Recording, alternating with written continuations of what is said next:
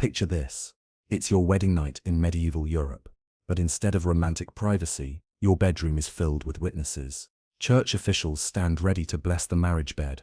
Family members wait outside the door to confirm consummation has occurred, and legal representatives prepare to document the union's completion for inheritance and property transfer purposes. The sheets will be examined for proof of virginity. The consummation will be publicly announced, and your most intimate moment will become a community event with legal, religious, and social consequences that extend far beyond personal romance. This wasn't unusual or excessive, but standard procedure for medieval marriages, where private intimacy was a luxury few could afford, and fewer still were permitted to enjoy. Why did medieval people transform their wedding nights into public spectacles? What drove communities to monitor and document their neighbors' most personal moments? The answer lies in medieval beliefs about marriage, sexuality, and social order that made consummation a public concern rather than a private matter. Medieval people understood marriage as a legal contract, religious sacrament, and social institution that was too important to leave entirely to the couple involved. Wedding night consummation provided legal proof that valid marriage had occurred, religious confirmation that divine blessing had been received, and social verification that family honor and property rights had been properly established. They created elaborate wedding night rituals not to invade privacy, but to protect the complex legal, religious, and economic interests that marriage represented in medieval society.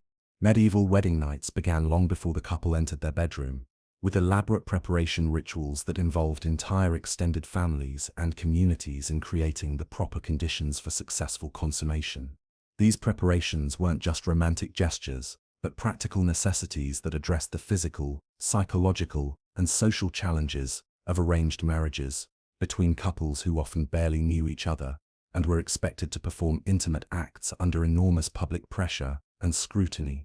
The physical preparation of the marriage bed was a community ceremony that involved blessing the bedchamber, arranging protective religious symbols, and creating an environment that was both sacred and conducive to successful consummation. Church officials blessed the bed with holy water and prayers that sanctified the space for Christian marriage. Family members arranged flowers, herbs, and symbolic objects that were believed to promote fertility, ensure fidelity, and protect against evil influences that might interfere with consummation. But here's where medieval wedding nights become truly fascinating. The community involvement wasn't just ceremonial, but intensely practical, designed to ensure that consummation actually occurred, despite the psychological and physical challenges that many couples faced during their first intimate encounter. Experienced married women provided detailed instruction to nervous brides about what to expect and how to cooperate with their husbands' advances. Male relatives counseled grooms about their marital responsibilities and the techniques necessary for successful consummation.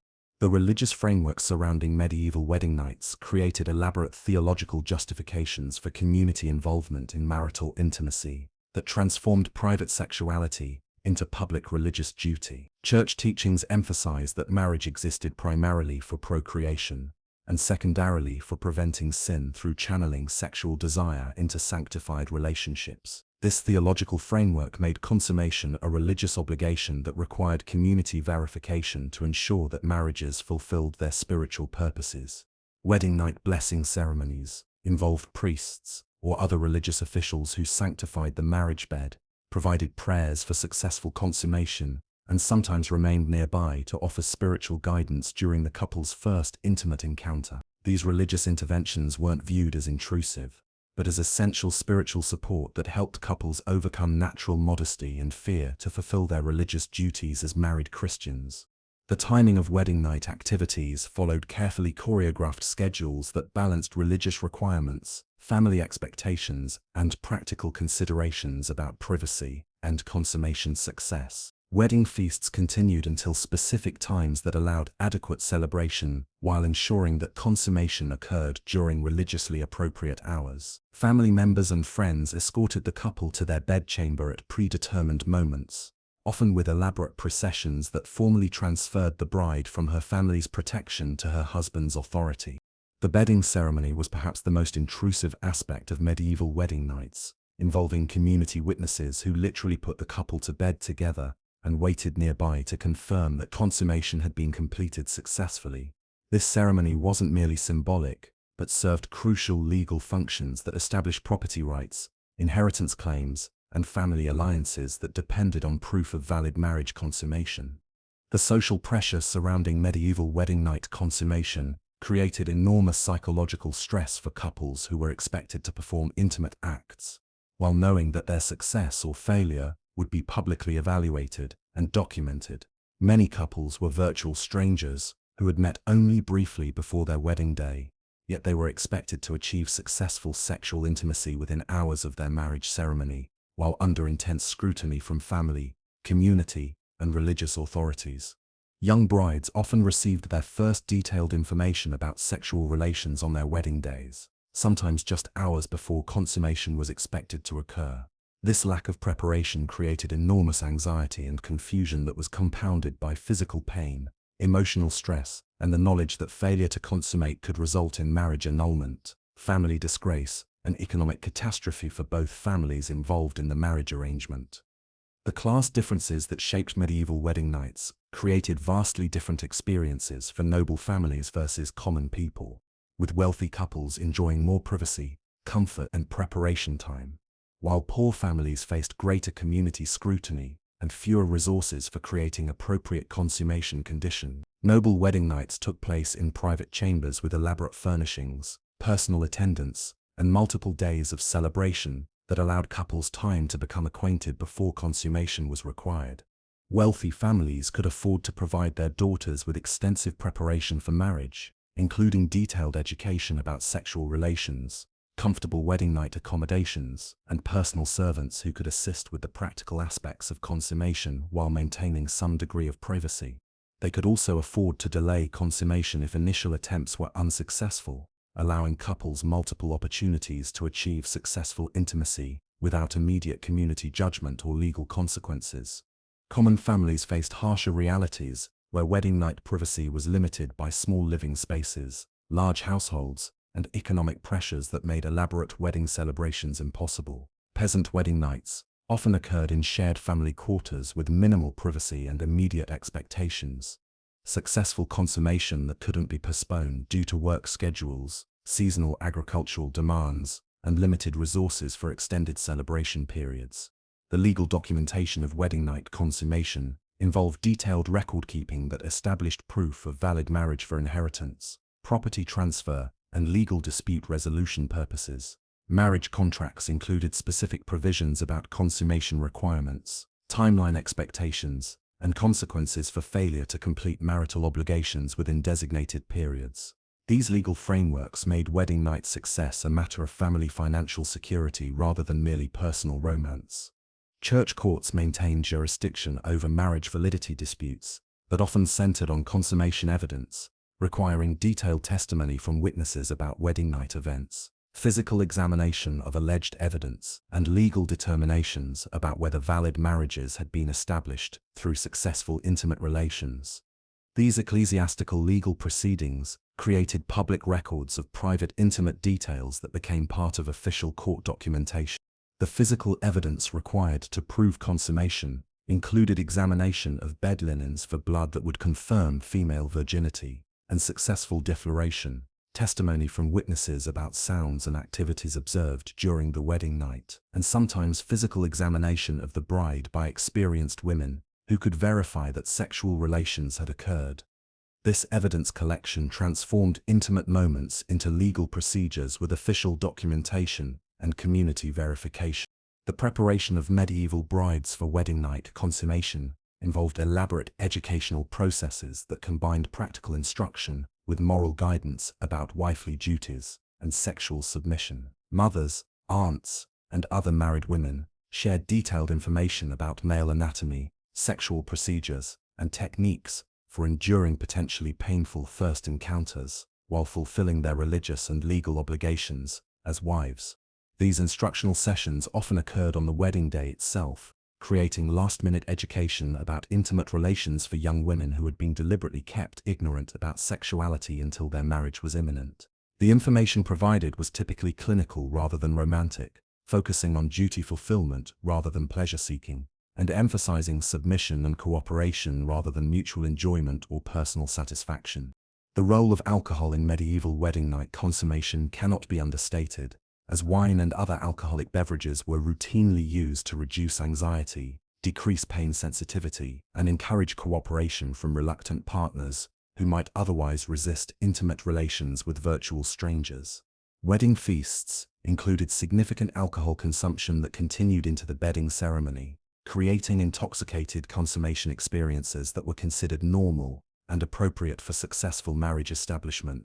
However, the use of alcohol also created problems when excessive drinking led to impotence, aggressive behavior, or complete inability to perform sexual relations successfully. These alcohol-related consummation failures could result in marriage annulment, family disputes, and legal challenges that threatened the economic and social arrangements that marriages were designed to establish and maintain. The seasonal timing of medieval weddings influenced wedding night experiences in ways that reflected agricultural cycles, religious calendars, and practical considerations about consummation success and subsequent pregnancy timing. Most marriages occurred during specific seasons that maximized the likelihood of successful consummation and optimal timing for childbirth relative to agricultural work demands and food availability. Spring and early summer weddings were preferred because they allowed for consummation during warmer weather that made intimate relations more comfortable, followed by pregnancies that would result in births during harvest seasons when extra food was available and extended family members could assist with childcare. These seasonal patterns created concentrated wedding periods when entire communities focused on marriage celebration and consummation support. The medical understanding of medieval wedding night consummation was limited, but included recognition that first sexual encounters could be physically traumatic for women and psychologically difficult for both partners. Medieval medical practitioners developed herbal preparations designed to reduce pain, increase lubrication, and promote successful intimate relations between inexperienced partners who were expected to achieve immediate sexual success. These medical interventions included pain-relieving herbs, relaxation-inducing preparations, and fertility-enhancing substances that were administered to brides and grooms before consummation attempts. However, medieval medical knowledge about female anatomy and sexual physiology was extremely limited, leading to treatments that were often ineffective or potentially harmful rather than genuinely helpful. The international variations in medieval wedding night practices reflected different cultural traditions, religious influences, and legal systems that shaped how communities approached marriage consummation and verification. Northern European traditions emphasized community witness and legal documentation, while Mediterranean cultures focused more on religious blessing and family honor considerations. These regional differences created different standards for privacy, witness requirements, and consummation proof that reflected local customs and legal traditions. However, the fundamental principle that marriage required sexual consummation remained consistent across medieval European cultures, creating universal expectations for wedding night success, regardless of local procedural variations. The psychological aftermath of medieval wedding night experiences had lasting effects on marital relationships and individual well-being that influenced how couples adapted to married life and developed long-term intimate relationships. Successful consummation created confidence and satisfaction that contributed to positive marital adjustment, while failed or traumatic wedding nights established patterns of sexual difficulty and emotional distance that could persist throughout marriages. Many medieval couples required multiple attempts to achieve successful consummation, creating extended periods of anxiety and community scrutiny that added stress to early marital relationships. The public nature of consummation verification meant that wedding night failures became community knowledge that could affect social standing and family reputation for years after the initial marriage ceremony. The legacy of medieval wedding night practices influenced marriage customs and legal requirements that persisted for centuries beyond the medieval period. The emphasis on consummation as proof of valid marriage, the community involvement in intimate verification, and the legal documentation of sexual relations established precedents that shaped marriage law and social custom well into the modern era.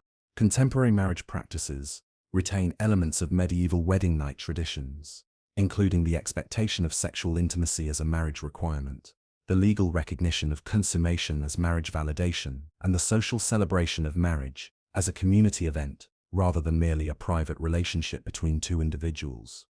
Most importantly, Medieval wedding night practices demonstrated how personal intimacy can become public concern when social, legal, and economic interests are involved in marriage arrangements. They revealed the complex ways that private sexuality intersects with community values, religious teachings, and legal requirements, to create cultural practices that balance individual desires against collective needs and expectations. So what did medieval wedding nights really look like? They were elaborate community events that transformed private intimacy into public performance, with legal documentation, religious blessing, and social verification that established marriages as valid social institutions, rather than merely personal relationships. They combined romance with duty, pleasure with obligation, and private desire with public expectation, in ways that reflected medieval understanding of marriage as a social contract that was too important to leave entirely to the individuals involved. They proved that even the most intimate human experiences can be shaped by cultural expectations, legal requirements, and community values, when societies view personal relationships as having broader social consequences that extend far beyond individual happiness or satisfaction. The next time you appreciate the privacy of modern romance, or take for granted the ability to keep intimate moments personal, remember the medieval couple whose wedding night was witnessed, documented, and publicly verified by community members who understood marriage as a social institution that required collective support and official confirmation to achieve its legal, religious, and economic purposes. If you enjoy the hidden sides of medieval life, hit subscribe and give this video a like.